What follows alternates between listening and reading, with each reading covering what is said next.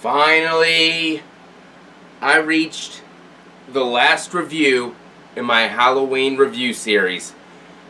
And it is one of my favorites in the franchise. That's right, I'm talking about David Gordon Green's Halloween 2018. And I've been waiting a long time to say this. Let's get into it. Say something.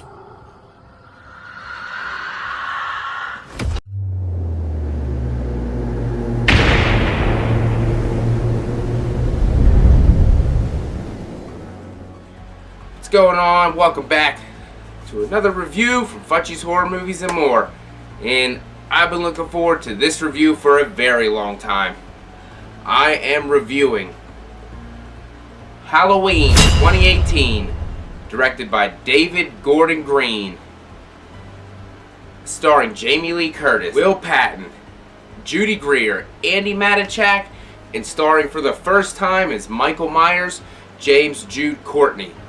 And also a special appearance as Michael Myers from the man, Nick Castle, from the original 1978 Halloween. Whoo-hoo, baby. 40 years after the original, we get this bad boy, eliminating all the sequels that came before it. None of them.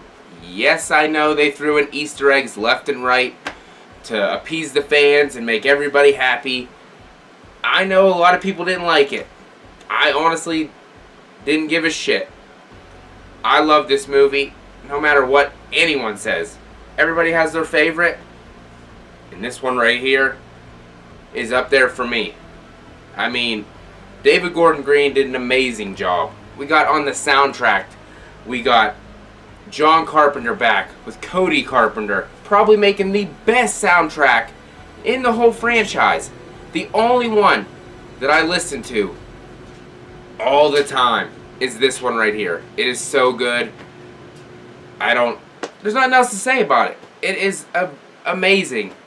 Every song that was written is badass, I assure you. Oh man, as soon when I went to see this in theaters for the first time on opening night, oh man, when the freaking Universal logo came on and the Blumhouse logo came on, the music, oh, freaking chill bumps everywhere.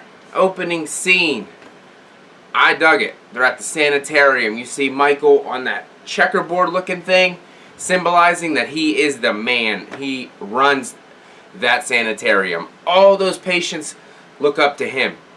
He's like their leader, but obviously he doesn't speak. But whenever they're around him, you see the way they're acting. Especially when the investigative journalists show up, Aaron and Dana. They want to understand Michael, get to know why he did what he did, if he has any remorse and whatnot.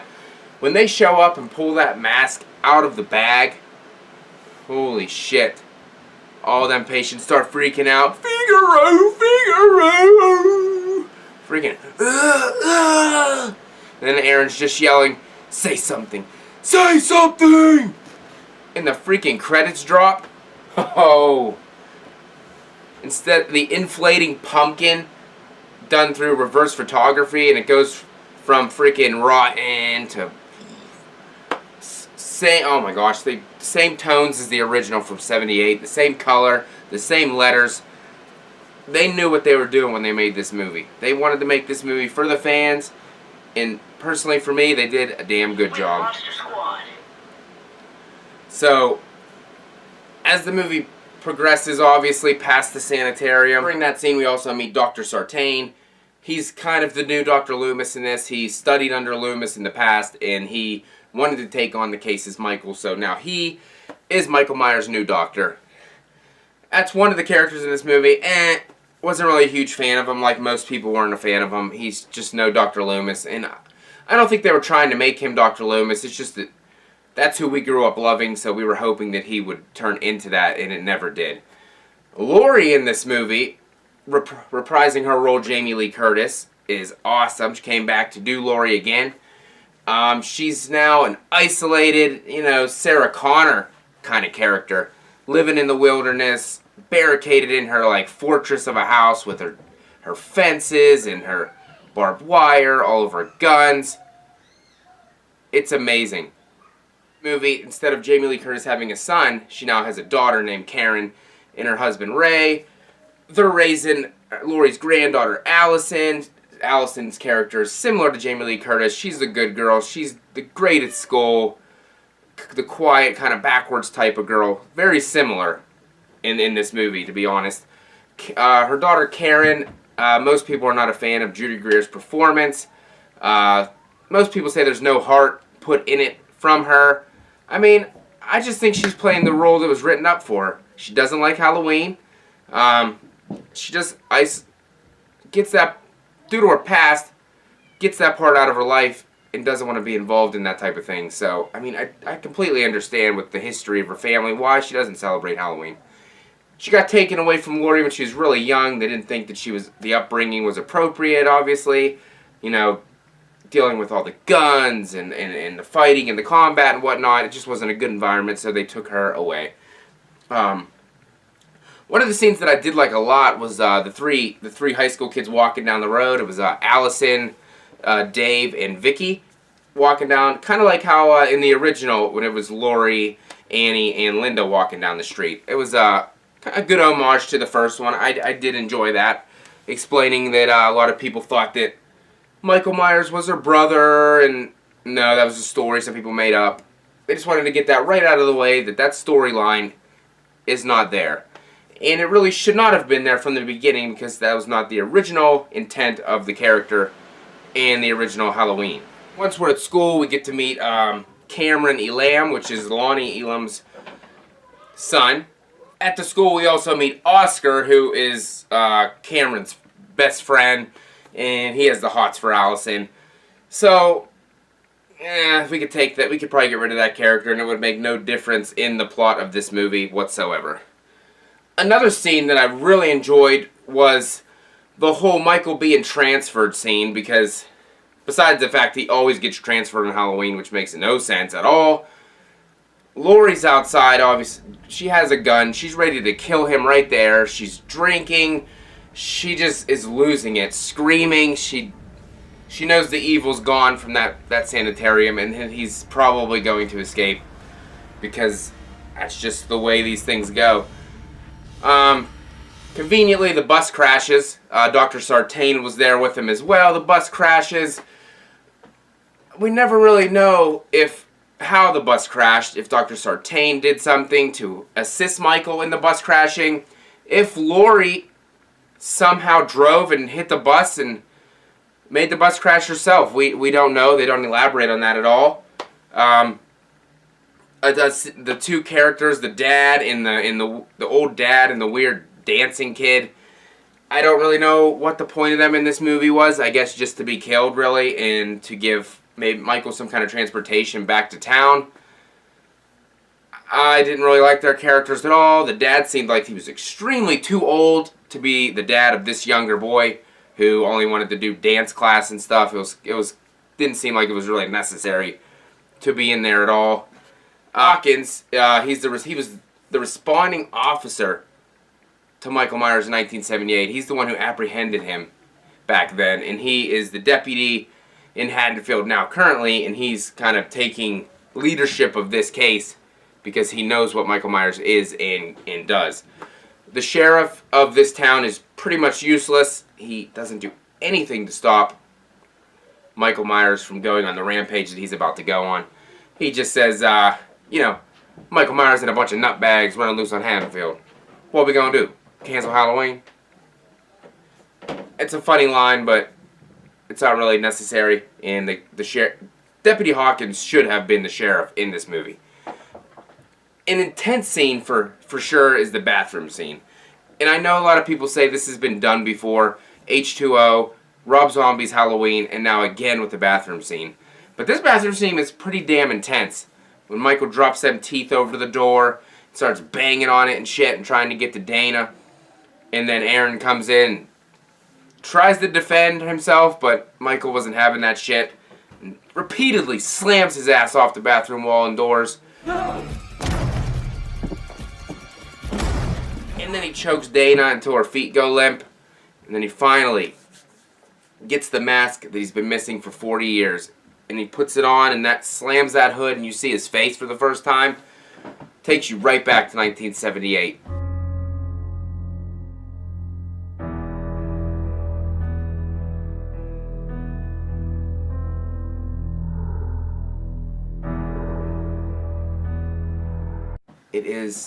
This movie is amazing, and it hits you.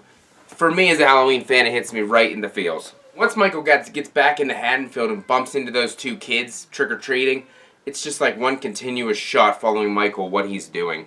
As he walks into that house and kills that Mrs. Elrod look-alike from Part 2, drops that hammer and picks up his iconic butcher knife, and then he walks out that front door, goes to the next house, and kills that lady who was doing nothing. She's closing her blinds. Slams her through the throat, slams her head onto the freaking table. Two badass kills right back to back like that. Michael in this one is not here to play. He's as vicious as ever. Way more vicious than in the original. But when you've been locked up for 40 years, you'd have that build-up rage too, I'm sure. As the movie progresses, Allison is at the school dance, talking to her friend Vicky, who's babysitting. One of the most hated characters in this movie, little Julian, the little boy. People hate his comedy. I don't mind it at all. I mean, you're a little kid like that. That is the shit you're gonna say, what he's saying. So I don't mind that at all. The only thing about any of that stuff with Vicky and Julian and when Dave comes over is the fact that the scene where Michael kills Vicky was ruined because of the trailer. They gave it away. We knew what was going to happen before it happened, so it really wasn't a big deal when it did happen. So the intensity that they were trying to push for that scene, it just didn't work. And I know a lot of people hate the Julian comedic relief right in the middle of that. I mean, it wasn't that terrible. I can look past it. I can look past that part of the movie. I mean, that little clip, that little scene right there would have been better if they wouldn't have showed it. And then the real intensity and fear would have been there. But since we already knew it happened, it was no surprise. We knew she was going to die the moment we seen it in the trailer. So that part could have been reworked some way to... that they may have not... They shouldn't have showed us so much. Which was one of the problems with this movie being released. They put out 2 trailers that showed a ton of shit and gave away a lot of stuff. So that's why with this Halloween Kills that's coming out, they're not showing too much stuff. And I completely understand that. At the school dance, on the other hand, while Cameron's being a dick, making out with another chick, and Allison sees him, he throws her phone in some kind of pudding, nacho cheese, some shit. And the only reason they did that was to leave Allison helpless without a cell phone. That was it. They could have found any other way to do it, but that's the way they wanted to go, so I guess we got to take it. Her and Oscar leave the dance. Oscar's trying to hook up, and that leads to another banging-ass scene for me. The yard scene, and well, I think that was Mr. Elrod's. Yeah, Mr. Elrod's yard. Michael's standing there looking at Oscar, and Oscar's saying, "Don't you wish you could? Did you ever have a girl you wish you could have, but you just can't have her? Oh man, don't worry about me, man. I'm gonna get out of here." But it's actually Michael Myers, and then the freaking motion lights going off, and sees Michael over here, goes off, he's gone. A little closer, goes off again, don't know where he is, bam, pops up, stabs him. And then hangs his ass on the fence. That's a badass, intense scene.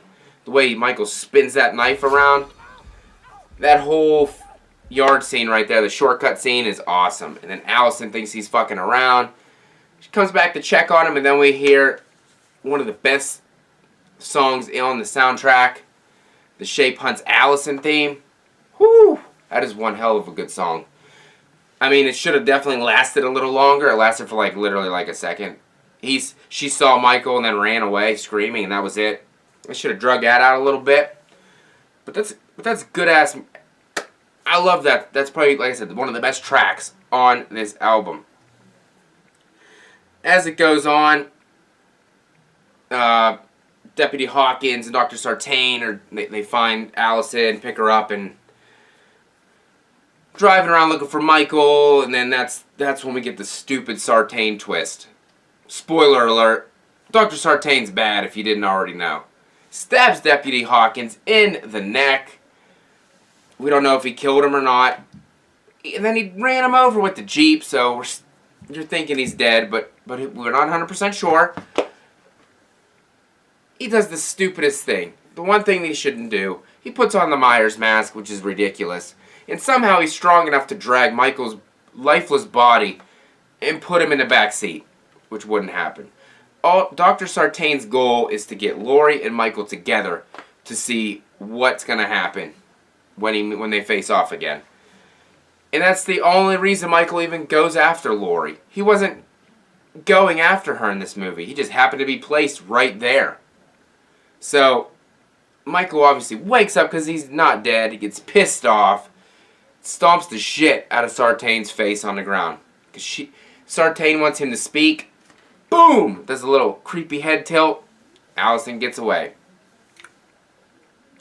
That face stomp's one of the coolest kills when the freaking blood and brains and gore comes out of his head. That's pretty badass as well. A scene that could have been taken out of this movie is the two cops that are sitting there talking about a bomby sandwich and whatnot. I mean, I know why they did it. A little bit of comic relief in there. I think it just drug out a little bit too long. They could have shortened it. The Christopher Nelson, the guy who actually made this Myers mask for the movie, was one of those cops, so that was pretty cool. And then Michael decides to make the one cop's head into a jack-o'-lantern. And it looks so badass when the cop car door opens up and you see it sitting on the other cop's lap.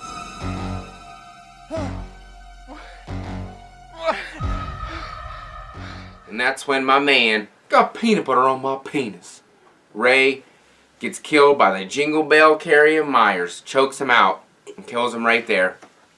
Not that anybody in the family is going to miss him because he was useless and annoying as hell. So no one's going to miss him. Nobody even mentions him the rest of the movie. Like, hey, where's Ray? Where's Dad? Nobody cares. It's just Karen and Laurie now stuck in Laurie's fortress in the basement under that swivel kitchen island that gets controlled by a button, down there with all her guns and bullets and everything. So they're ready. She's ready for battle. Michael finally gets to the house and chokes Laurie up against that door and is banging the shit out of her. She turns that shotgun and blows his fingers off. They go hide in the basement. Michael comes in. The shot that zooms up from his bottom to the top of his head. The darkness in the room.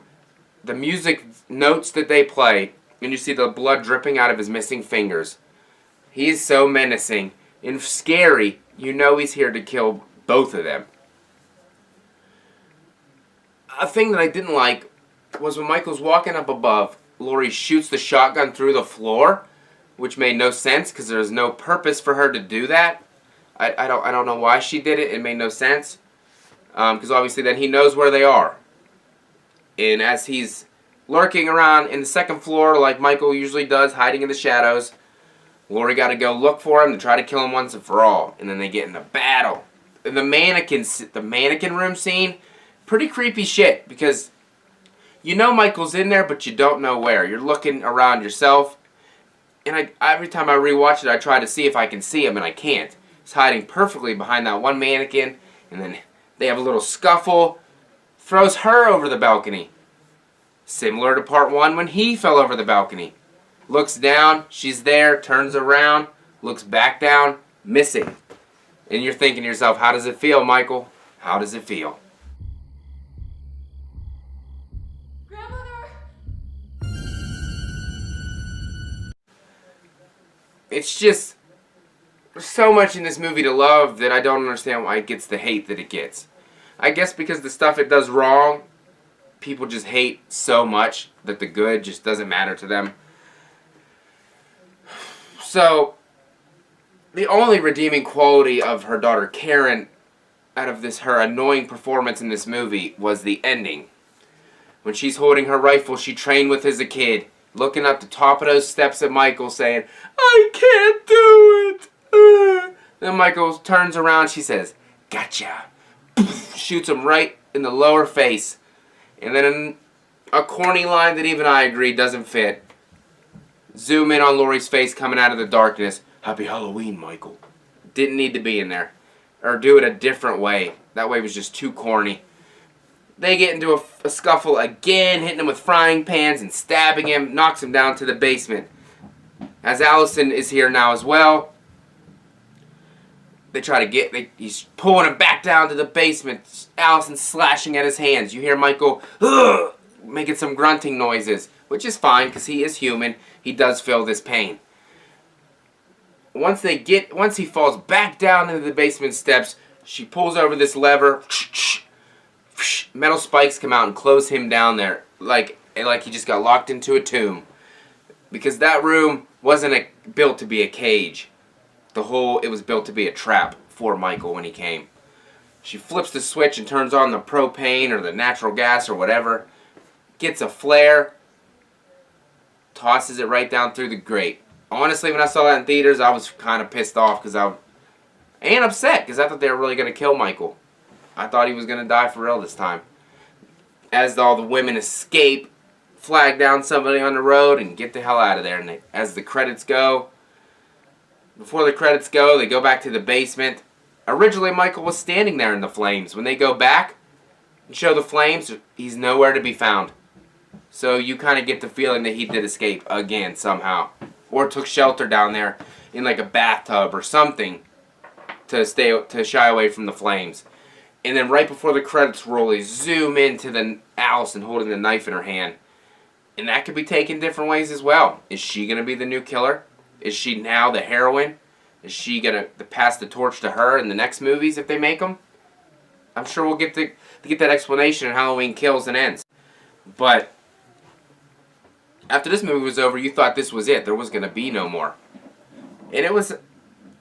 The credits rolled, and then after the credits, you hear Michael Myers breathing. So you know he's alive, and we'll see what they're going to do. And that's why Halloween Kills is coming out, and I'm fired up for it. And like I said, this movie gets a lot of hate from a lot of the people who love the 78 classic, and Halloween 2, 1981, and Halloween 4. This one just does something for me. I watch this every time, and I feel like I'm watching it for the first time. It is amazing to me. I know I think I might have gave the first one a 4.5 out of 5. I'm going to give this one a 4.5 out of 5 as well. I know it's going to get a lot of hate, but that's what I'm going to give it. I simply love it that much. It speaks to me, and I can't wait to see how the next two movies unfold. So, I can't wait to hear your thoughts on this film, so definitely tell me what you guys think of Halloween 2018. Leave them in the comments below. Let me know if you thought they could have done something different, if they should have eliminated everything after Halloween 1. Let me know what you guys think. I'd love to hear it. But definitely keep your eyes out because my Halloween rankings are coming. And I am super excited to get those out to you. I'm not trying to start any controversy, but I love to see what you guys are going to think of them. So, at wrapping this thing up, Michael Myers is not dead. Bring on Halloween Kills and have a scary day.